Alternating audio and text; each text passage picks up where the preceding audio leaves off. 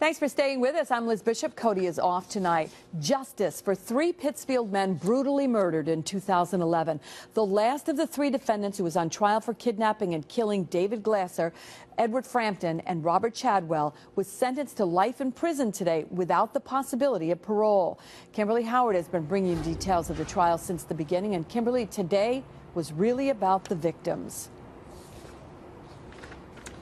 It was, Liz. You know, loved ones of the 3 Pittsfield men packed the courthouse that you see here behind me. There were 4 victim impact statements given in all. And finally, the last words for the man who's garnered all of the attention the past few weeks. For the first time in 3 weeks, convicted killer Veiovis let his hair down and traded his black clothing for a cream-colored prison uniform. He then listened quietly as the words of people who knew and loved victims David Glasser, Edward Frampton, and Robert Chadwell were read aloud.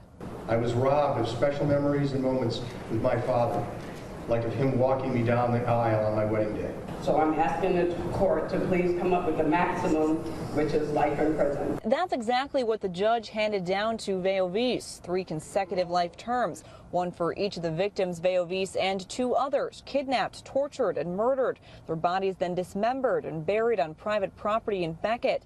But the man whose odd appearance shook Berkshire County almost as much as the crime itself spoke too. Let me make this clear one more time before I sit down. My hand was not in this, all right? My hand wasn't in this. But if anybody thinks I'm going to hang my head today and beg for mercy, they're just as deluded in their thinking as that jury of my peers who convicted me of this. By law, Veiovis does get an automatic appeal, and since he was convicted without any physical evidence, no DNA, no murder weapon, his defense attorney says there's still a case.